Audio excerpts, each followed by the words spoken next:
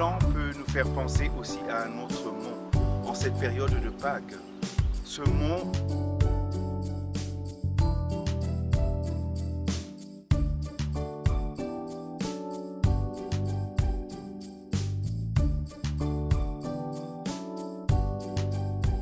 Salut et bienvenue à notre émission Vivement le message du dimanche.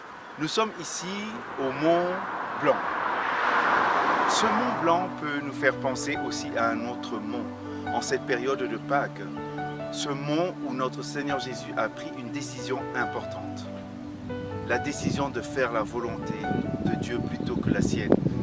Et nous pouvons comprendre et croire que la Pâque est une question de faire la volonté de Dieu. Même la Pâque, celle de l'Ancien Testament, c'est parce que le peuple d'Israël a décidé de faire la volonté de Dieu. Celle qui était de sortir d'Égypte. Et c'est comme ça que le peuple d'Israël est sorti d'Égypte. Faire la volonté de Dieu nous apporte toujours des conditions et des situations meilleures. Car Dieu a un plan de paix, de bonheur, un avenir à espérer pour chacun d'entre nous. À la Pâque dans l'Ancien Testament, quand ils ont décidé de faire la volonté de Dieu et de sortir sous l'impulsion de Dieu, sortir d'Égypte, le peuple s'est trouvé dans des meilleures conditions. Il est vrai qu'il est difficile de temps en temps, et je dirais même le plus souvent, d'obéir au Seigneur. Et certains ont désobéi et en ont payé des conséquences. Jésus-Christ, lui, au mont des Oliviers, a décidé d'obéir. Et grâce à son obéissance, nous avons nos fautes, tous nos péchés pardonnés parce qu'il est mort sur la croix. Il est ressuscité le 3e jour pour que nous puissions être sauvés. Et aujourd'hui, si toi tu décides, si vous décidez de faire la volonté de Dieu, vous ne pouvez que être dans de meilleures situations, dans de meilleures conditions que celles que vous pouvez vivre actuellement. Je crois que le point central de la Pâque, celle de l'Ancien Testament et celle du Nouveau Testament, c'est la capacité à faire la volonté de Dieu, à obéir à ce que Dieu nous demande.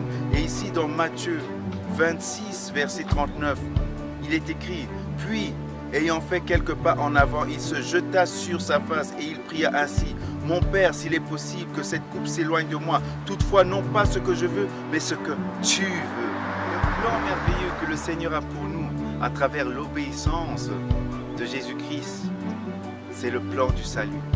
Et Jésus-Christ a obéi. Il est allé jusqu'à la croix, il est mort, il est ressuscité pour que nous soyons sauvés.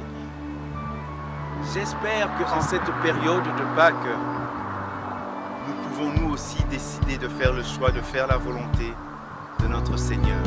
Et sa volonté est que nous parvenions tous à la vérité et que nous soyons sauvés en Jésus-Christ. Et si nous sommes déjà sauvés en Jésus-Christ, sa volonté est que nous puissions aller partout dans le monde, faire de ces nations des disciples, les baptiser au nom du Père, du Fils et du Saint-Esprit.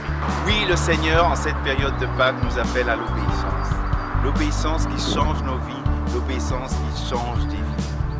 La décision de faire la volonté de Dieu plutôt que la nôtre et de vivre pleinement le plan merveilleux qu'il a pour chacun d'entre nous. À la prochaine pour Vivement le message du dimanche.